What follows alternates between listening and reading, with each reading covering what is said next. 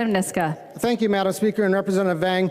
If a Minnesotan writes an article claiming or arguing that COVID-19 is a Chinese bioweapon that leaked from a lab in Wuhan, and someone reports that article to the Department of Human Rights, is that something that the Department of Human Rights should put in their bias registry under your bill? Representative Vang.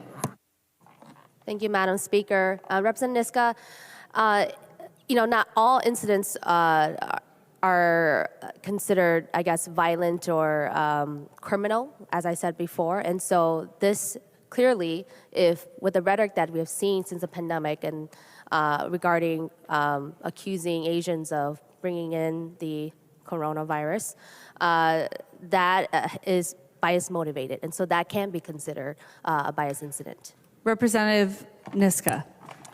Thank you, Madam Speaker. I think I heard yes to that, which is very troubling to me, that someone making a factual argument along those lines, I think is something that's within political discourse would be included in the Department of Human Rights database. Let me ask you another question, though, if Representative Vang would yield.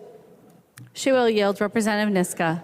Thank you, Madam Speaker. And Representative Vang, if a Minnesotan is wearing a T-shirt that says "I love J.K. Rowling" and someone sees that and reports them to the Minnesota Department of Human Rights as an example of gender identity or gender expression bias, is that something that the Minnesota Department of Human Rights should put in this bias database? Representative Vang. Thank you, Madam Speaker and Representative Niska. I think this question will best be answered by the lawyers. I'm not a lawyer myself. I think in the language of the provision, we have looked at the language to make sure that a substantial part of any incident has to be relating to bias and hate and motivated.